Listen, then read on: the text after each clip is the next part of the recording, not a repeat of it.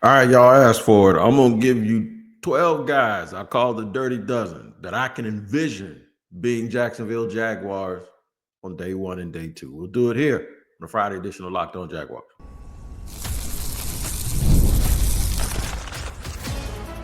You are Locked On Jaguars, your daily Jacksonville Jaguars podcast.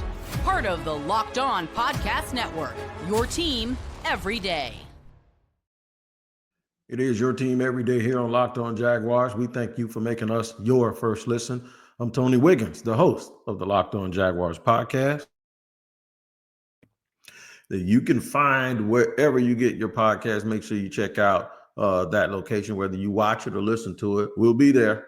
You just make sure you're there with us and don't miss an episode of Locked On Jaguars. Today's show is sponsored and brought to you by FanDuel. New customers can bet just $5. And if you win, you'll score $200 in bonus bets. Download the app or head to FanDuel.com to get started. And shout out to those everydayers that have heard me talk about FanDuel, a whole bunch of other stuff here. We appreciate you making us your first listen here. And if it's your first time, I hope you put your feet up and kick back and enjoy the show. All right, here's what we're going to talk about. Now or the future. That's where we're going to end up when it comes to the kind of players we want the Jaguars to pick. Remember, we're picking for years. We're not just picking for 2025, 26. That's not what we're doing. All right. I know it's real easy to fall into that trap, but you really, really have to make a decision. Because if you do this for 1 year and you don't worry about the future, guess what happens to you? You end up losing in the future and being just like you have been in your past. All right. Why I envision these players as Jaguars? We'll be able to go through that a little bit one by one. Sometimes it's just going to be about a gut feeling, but I can tell you what I think these guys will bring. So the 12 players I like in rounds 1 through 3. Now, this does not mean they're picking them at a number. And of course, you know they don't have 12 selections, right? But you better have some other ideas, because if you don't have ideas, your guy might get picked, and then you got to go to the next guy. So we'll kind of understand the positional aspect of that a little bit. But this is just my early gut feeling. And this is also skipping past that other phase in free agency, right? So I know I normally say I don't do a mock, and this isn't a complete mock draft, but it's twofold. You have director of college scouting, and then you have pro personnel side. And then you have people that have to make a decision about, okay, do I go here for that? Do I go here for that? What's here? What's going to be available here? And the thing about it is, in free agency, you compete against other people. In the draft, you don't really compete against other people. It's what you can conceal from other folks. And then you're going to have your pick, and nobody's going to know what you're doing. Over here in free agency, that thing is all wide open. Everybody knows what you need. Everybody knows how much cap space you have. Everybody knows who you want, or have maybe a connection to, or who can help your team. So there's a little bit of a balance, and there's a little bit of a difference, in a big difference actually, in the way these teams go about trying to figure that out. So we're going to skip past the free agency part. I may touch on it a little bit in the third segment, just to let you know how we can kind of connect these things together, because I know there are a lot of people saying, well, how can the Jaguars fix their offensive line? They've committed this to this guy. They've committed that. Don't worry about it. I'm going to be able to explain it to you how they can do it. I'm going to give you an idea. This doesn't mean this is what they're doing, but this is what I would do. All right. So I did do this a little bit in tiers, to the point where I did, okay, what if they stay at 5? And then I did, what if they move back? And it doesn't necessarily mean that the player that they move back for is the person that plays the same position as the player at 5. Okay. So I'll give you an example. I didn't say, okay, if they're at 5, we're going to take Ted McMillan. And if they move back, I won't lose the burden. That's not the way this works. Okay. I didn't do it that way. I did do it with need in mind, but I also did it with gut feeling, and just, even if it's not a need, how these players, if they work out, and all of this is based on them having to work out. So we'll clear that up. All right. This is all based on them having to actually be good. And that's a whole nother story to go over. So my first thing is, okay, let's just put somebody on your list you like. And I like a lot of guys that are going to probably be there at 5, right? But we can't name everybody. The Dirty Dozen. At 5, my guy is Mason Graham. He's the first dude on this list. I ain't going to name a whole bunch of gut feeling guys that I know are going to be day 2 people without at least naming one person. If they stay at 5 and he's there, that's the guy I want him to take. And the reason why I say Mason Graham is I know there's one brother out there on Twitter, man. He is doing cartwheels right now. I cannot remember who it is, but he's been telling me about Mason Graham since September. I mean, like, just wait, man. Just wait. Y'all trying to rush me to the content. But I do believe that it's a little bit redundant in terms of capital and assets that you've used on that position, because they took Mason Smith, and then they already have an extension with Devon Hamilton. I think they're in the second year of that extension. So the reason why is because the Jaguars, regardless of having names that you're familiar with or assets that they have already tried to use on that position, this coaching staff isn't tied to any of that. All they are tied to is trying to find solutions, not look back at problems or why somebody didn't do anything. And you can never have too many good linemen. And Mason Smith is a second rounder who's on a rookie deal. So this isn't like spending more money in free agency and then spending more money in free agency. When you have guys on a rookie deal, you throw them out there, they're not costing you a whole bunch of money. But even though those assets are big, I think this will create a competition, at least a 3-man platoon system in the middle. Okay, Mason Graham can play anywhere. He can 1 gap, 2 gap. He can be a nose guard. He can be a 3 technique. It does not matter. And so you can say the same thing about Devon Hamilton. So now you get versatility. Are we going to play 2 bigs, or is Mason going to push somebody out there and then we'll play it a different way with, even though Mason's big, he's taller. And then you got to think about Eric Armstead. Congrats to him also for winning an award at the NFL Honors last night. So yeah, that's my dude. I think he just makes this team so good. When you think about teams like Tampa with Vita Vea, even though he's not quite the same type of player, but probably more explosive. I don't know if you can say more explosive, but different than Vita. He's Kenny Clark in Green Bay, and I'm naming teams where our head coach and the defense coordinator came from. But Mason Graham is the first guy. Now, let's just assume that he's not there, or they decide to move back a little bit. This isn't about the players I like overall. This is about the players I like specifically for the Jacksonville Jaguars. There are 2 players that are on this list that I am absolutely, I can just imagine them on this team. And that's Luther Burden III and Ameka Igbuka. I like both of those guys. So I'm only going to be able to name 3 in this first segment, but we're going to make sure we get them all in the second segment. Luther Burden III is super explosive. He's I wouldn't say he's necessarily on the level of Jamar Chase and Malik Neighbors, but he's built like that. And that's the type of player he is. And I can only envision him and Brian Thomas Jr. growing together for the next 3 or 4 years and giving Trevor Lawrence explosive playmakers that can just get it and go.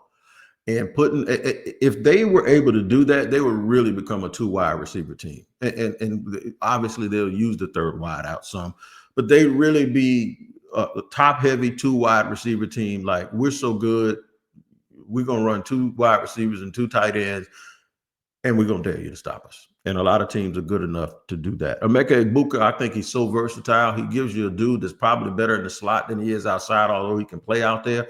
But he was the best athlete in his high school class. And he's a winner.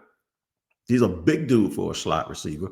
I can imagine him also being a versatile, good route runner, a dude that runs well after the catch, to make this team better and give Liam Cohen and Trevor Lawrence the weapons that they need. Notice I haven't mentioned offensive linemen. I'm going to get to it. I know it's a priority. Maybe wink, wink. Maybe it's something I believe that they semi-addressed in free agency. But I still have a lot of offensive linemen on my list. I'm going to tell you who those guys are. And we'll do it in just a second here on Locked On Jaguars.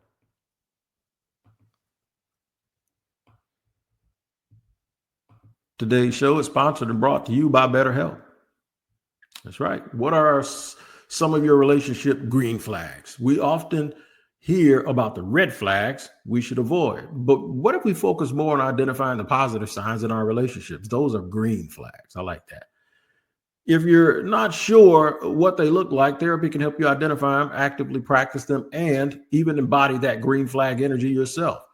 Whether you're dating, married, building a relationship, or just working on yourself, therapy can help you form relationships that love you back. I love spending time with my family. I love spending time with my grandson, my wife, and all of my grown kids, because those are the things to me that are very, very fulfilling, and I don't feel like I'm validating myself. But therapy helped me get there. BetterHelp makes it easy by offering online therapy with over 30,000 licensed therapists to choose from. And if you need to switch therapists, you can do that at no extra cost. Discover your relationship green flags with BetterHelp. Visit BetterHelp.com/lockedon today to get 10% off your first month. That's BetterHelp, HELP.com/lockedon.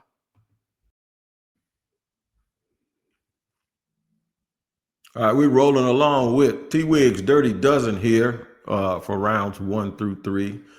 Explained they ain't going to take 12 players in the first 3 rounds, but they might get 5 or 6. You know, they got some extra ammunition, and if they decide to move back, which if they take Luther Burden, they're going to move back slightly. If they take Ameka Igbuka, they'd probably move back a little bit further than that. Of course, I think testing might change that for Igbuka and put him in that top 15 range once they see how athletic he is.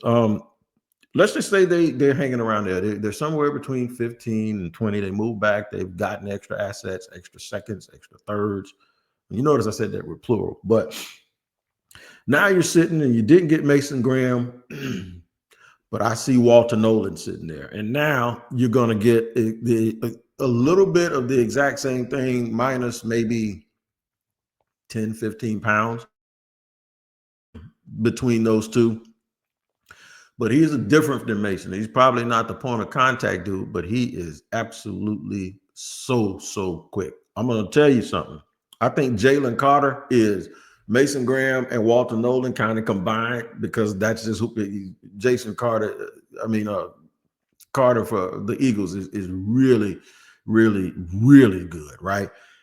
I think Walter Nolan gives you some of that quickness. Maybe not the power, but he gives you some of that quickness that Jalen Carter gives you, and some of that explosiveness and that nastiness. And he has that hand placement.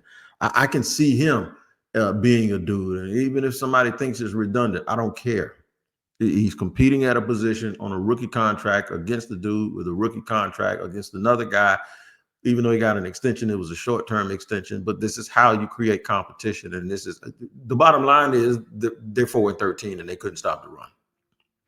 And I envision him with guys like Trayvon, and I envision him with other players. And even though I don't know how he matches up too well with Eric Armstead side by side, I don't care, because this goes into the now into the future part of the podcast that we're going to talk about in segment number 3. All right, so there's another. We've gone through 4: Mason Graham, Luther Burden, the third, Ameka Igbuka, and Walter Nolan. Now we get to the good part. When we're sitting right there in the end of that first round, and maybe not quite the end of the first round, because I actually believe this next name is going to be a dude that's also going to be a riser. I like Donovan Jackson, the offensive lineman from Ohio State. Now, notice I said offensive lineman, because he started at left guard. Josh Simmons, who's the left tackle, who's also going to be a very high pick, got hurt, and Donovan Jackson moved out at 6'4", 325 pounds. He moved out to left tackle, and now a lot of people are saying we like him at left tackle. I like him at left tackle too, but I also like him at left guard. And here's my thinking with getting him and getting that versatile piece that is shown in play for a dude now that's going to be coaching in the NFL. His offensive line coach is not an offensive line coach of the Arizona Cardinals. So these are the teams, like the Cardinals pick like 15th or 16th. This is a dude that I'm telling you, they'll be like, go get him, right? He gives you the versatility. So I'm going to create this competition, right? And I want versatile guys. Let's just say in free agency, and I'll go ahead and do this just for the sake of this show, that Will Freeze, the right guard, who had an injury last year against the Jags, ironically, but it ain't considered. He's probably walking around working out right now with the Indianapolis Colts. He's a good run blocker, right? So let's just say they get him and make him their right guard, right? And then they go into free agency, and what if they like a center? What if they don't? And they get Dahlman out of, or they think about Drew Dahlman up with the Atlanta Falcons. It's going to cost them a little bit, and maybe they don't do that. Maybe they just hold off a little bit, right? And then you think, okay, well, they need to fix the offensive line. They weren't just talking about one person. And then Brandon Sheriff, his PFF grades weren't that low, Wig. So they didn't fix it with that. And maybe, moving on from Phil Rauscher and getting another offensive line coach will help. And maybe the scheme will help. But you need more bodies. I agree, you need more bodies. Donovan Jackson gives you that. I would stick him. I would come out of camp and I'd say, you can beat out him or him. And I'm talking about Walker Little and I'm talking about Ezra Cleveland. One of those spots can be yours. Go take it. Where you going to play? Or just simply have a plan. Let's just say you start him out at left. And this is very, very important to remember. Anton Harrison can play left tackle. So now you have three guys. You have Walker Little, Donovan Jackson, and Anton Harrison. That if you need to have competition at left tackle, and you notice I'm not trying to just automatically move Harrison over from right tackle, but if you need, you have guys on that roster that can do that. They had success with that last year. I know Tristan Wirfs is the best in the league, but they did move him from right tackle to left tackle, and he didn't miss a beat, right? So that's why I like Donovan Jackson. Gray Zabel. I know y'all were waiting on it. I like Gray Zabel. I like, even if they go out and get a guard or a center in free agency, I take Gray Zabel and I play him at guard. What if you could get a combination of all of these guys, like Will Freeze, and then you get Donovan Jackson, and then you came back and got Gray Zabel? There's another name out of North Dakota State, turned the Senior Bowl out. Big, tall kid, about 6'5", 6'6", moves real well. Can be your, if you don't get a center, can be your center of the future, even if you want to hang on to Mitch Morse for a minute. But this will require them to move down and into that late part. And I think he might rise up a little bit. But this is where having extra picks will help you out a little bit, where you can move up and down. Maybe the Jags get back into the first round, or maybe they really try to bombard the top of that second round and they're able to do this. I'm going to go ahead and name another lineman while I'm here. He's ranked a little bit lower, but I like Ozzie Trapillo from Boston College. Big 6'7.5", 6'8" right tackle. Great coaching. Played wonderful in at Boston College. I saw him at the Senior Bowl. He looks the part. Competition, depth, and like I said, competition. He could possibly push somebody too, especially if you get to the point where you're going, you know what, we're going to move Harrison over to left tackle. There you go. Well, there you go right there. You ain't got two rookies side by side. You got Will Freeze, you got Ozzie Trapillo. And then over on the other side, you'll have guys battling out. Anton Harrison, Donovan Jackson, if you have him. You see how it goes? Walker Little. You have a lot of versatility. You have the key parts. And this is where you just got to trust your coaching staff to be able to get guys in. Azaria Thomas is another one. I can just envision him being a Jacksonville Jaguar with the way that they want to play, with the aggressive style that you've heard the defensive coordinator, Anthony Campanile, talk about. He's long, he's athletic, he's a competitor. And people will say, well, he only was a full-time starter for 1 year. Yeah, and he backed up Renardo Green. That's all I got to tell you. He just, Renardo Green and Jarian Jones were there, and he came into his own after another year of seasoning with Coach Pat Surtain. So that's 7. Is that 7? Yeah, that's 7 guys so far, and I got 5 more, and I'm gonna get through them right now. No, it's 8. 1, 2, 3, 4. Yeah, it's 8 guys. I got 4 more. Now, here's where it gets fun, because these guys are not players that you're gonna see drafted in the top 40 picks, right? But these are guys. Well, one of them is. Let me get back to this, because he was a late addition, because when I looked on the list, I saw him there, and I was like, damn. Jalen Walker, to me, is a very good player who, depending on who you talk to out of Georgia, Jalen Walker is either going to be a top 10 pick or he's going to be a mid-second round pick, depending on probably how he measures and how he works out. He's like 6'2", 245, but he can play off ball. I've seen him do it. I saw the tape. As a matter of fact, I went to the tape specifically to see if he can do that, and he can. I know he was a nuisance to whoever Georgia played. As a pass rusher, as a dude who was just super, super intense, big and physical. The thing I like about him, even though he's 6'2", he's got really, really long arms. And he could be that third down rusher that everyone talks about they want so bad, because he is a sack machine. He has really, really lightning quick feet, and he plays with a lot of intensity. So there's 9. Now, these last 3 I'm going to mention for you to round out the dirty dozen. And before we get to now in the future and try to tie this all together in segment 3, I really like these next 3 guys, and I can envision them having a role on this team. Jack Beck, wide receiver, who was one of the top receivers over at the Senior Bowl. I'm looking at someone who can play opposite Brian Thomas Jr. and give them the catch radius, the intensity, the route running. I think route running is going to be essential. I think this is going to be a very rhythmic game. They're going to have plays where if they need 5, they know how to get 6. If they need 7, they're going to know how to get 8. I just think that this is the type of team where they're going to come out on first down and say, okay, we need to get to 2nd and 2.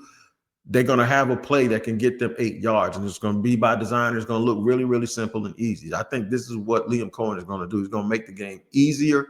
It's going to appear easier, but it's all going to be about execution and play design. So, and I think this is a kid that is the quintessential number 2 for long-term reasons. Jack Beck, really, really good player. I saw him at the Senior Bowl. Y'all gonna love this one.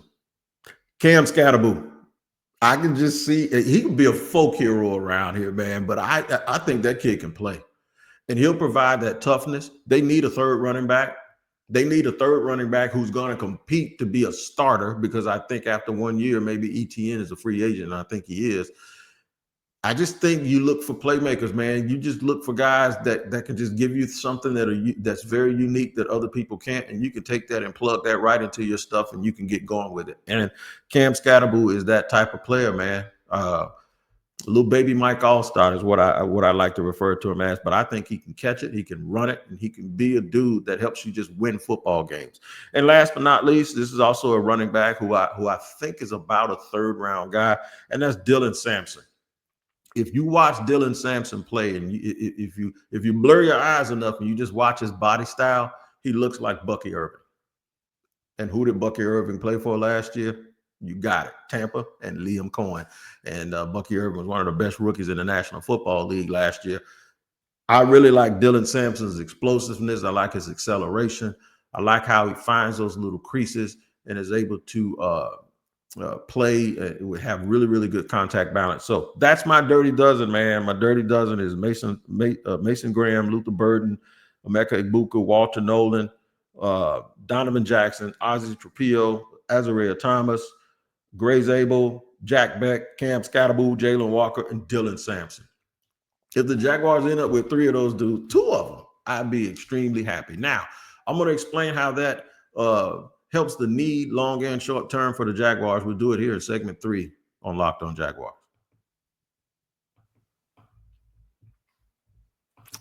Today's show is sponsored and brought to you by FanDuel. That's right. Super Bowl 59 is here. 1 game, 2 teams, endless possibilities, and there's no better way to make every play more exciting than with FanDuel Sportsbook. Whether it's predicting the first touchdown, calling the MVP, or even betting on the coin toss, FanDuel makes it easy to get in on the action. While live betting all game long, you can adjust your bets as the game unfolds and feel the thrill from kickoff to the final whistle. The live betting feature lets you stay involved no matter what happens on the field, and the app is super easy to navigate. Plus, knowing that you can place a $5 bet and potentially win $200 in bonus bets for the Super Bowl, man, that's icing on the cake. Download the app or head to FanDuel.com to get started. Bet just $5, and if you win, you'll score $200 in bonus bets. That's FanDuel.com. Bet with FanDuel, official partner of Super Bowl 59. Also, today's show is sponsored and brought to you by PrizePicks.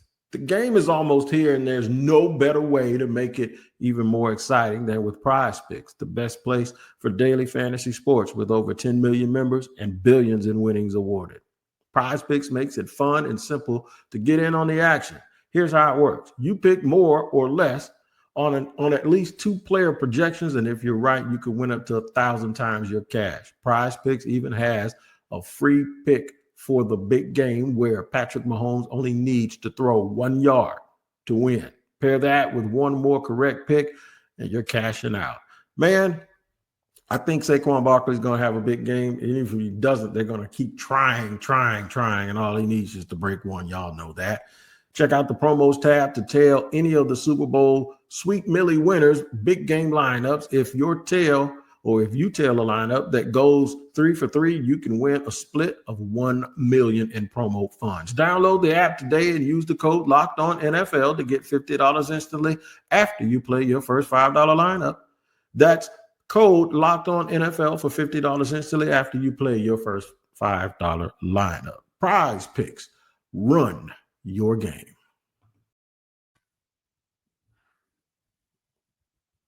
All right, segment number 3 here on Locked On Jaguars, where it's your team every day. I've been naming people. I named a dirty dozen.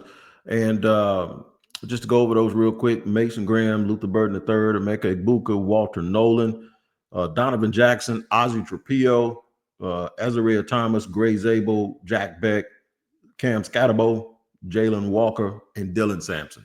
Dudes that just jumped off the tape. Now, there are a bunch of dudes that jumped off the tape, but I tried to look at need. I tried to look at long and short-term need. I tried to just say, hey, get football players to create competition and raise this thing up. I don't care if you have to raise it by the roof, the floor, or the middle.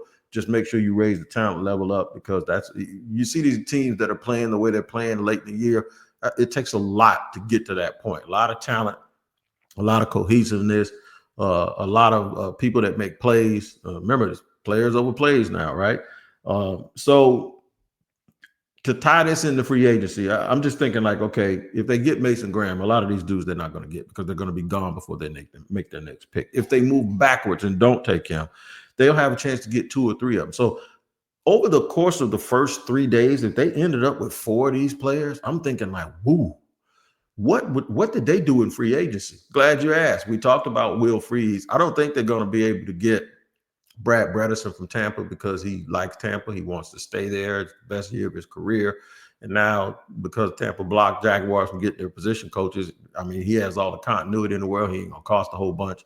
He's playing next to Worth and playing next to Graham Barton. He has a real good situation there. So a good run blocker, though. I look around at the league, and I'm telling you, there might be some positions where the Jaguars sign players that shock you and surprise you. I think they're going to address safety in this draft. I would be very shocked if they don't make a big push for Javon Holland, considering that Javon Holland is already giving the thumbs up and a big cosign on social media to Anthony Campanile. So I think the safety position is going to be addressed there. Maybe even double dip into that twice. There's possibilities that they also get a corner, even though sometimes I think it's hard to pay 2 corners big time money. But if they could get a corner, say Minnesota's corner, right? Byron Murphy, if he's there, a dude that's inside out. I don't think you break the bank for Byron Murphy, but I think he helps this football team, right? So you get him as an outside with Jarian Jones at the nickel, and of course Tyson Campbell on the other side. Now you're cooking with something, and you still have some young guys there. But the offensive line, I think they're going to add 3 people, whether they're 3 starters or 3 of the top 6, right? But there's going to be competition, and that's why I named those 3 guys, because it's easy to name. It's easy to say, okay, give me Trey Smith, and then go out in the draft and get me Will Campbell and fix the offensive line. That's all good. And if they did that, I ain't got no problem with it. But I wanted to do this to give you a little bit of a realistic way of looking at things. Don't let somebody who's on this roster for the next year or 2 stop you from thinking that they could get somebody who's at the same position, because this isn't a fix just for 1 year. This is about getting players that's going to help you. And even if money that has already been spent, you can't, and this is why I was talking about Trent so bad, because Trent, to double down at the positions where you've already paid people really is a self-ratio, and it's hard to get people to admit that they're wrong or to self-ratio themselves like that. It's hard, because then the owner goes, well, what are you doing? You know, you look at him like Arthur Blank. When Arthur Blank looked at Fontenot last year when they picked the quarterback, he's like, hey, man, we got a guy we just paid $60 million to. And that's kind of weird when you do that, right? So this is why the clean sweep made me feel like these dudes aren't going to be beholden to anything but winning and moving forward for the future of this team. This is a long-term destination spot for Liam Cohen. This is where he was going to be. I hope he's the Jaguars coach for the next 20 years and he goes down as the greatest Jaguar coach ever. That's what I want. So when you think like that, these dudes are going to be looking way more towards, you want help now, but you also want future. You want a whole bunch of future guys too, because that's long-term sustainability. is super, super important. So as you look through free agency, think about that. I broke my own rules and kind of skipped ahead to the draft a little bit, but I did it in a way, hopefully, just to give you some ideas. And now you can go back and look at free agency and say, yeah, well, we can add that later. We can get that. I wouldn't pay a free agent running back. We got to address that in the draft because I think there are a number of guys, not just the people that I mentioned, that can help you. If I did address wide receiver again in free agency, it would be with a guy like Darius Slayton or Cooper Kupp at some sort of discount. I think Kupp, because he doesn't run, what would make him attractive is the familiarity and the fact that it's production. And now he's going from being he was a number one until last year. Puka took over, but he would be a solid number two.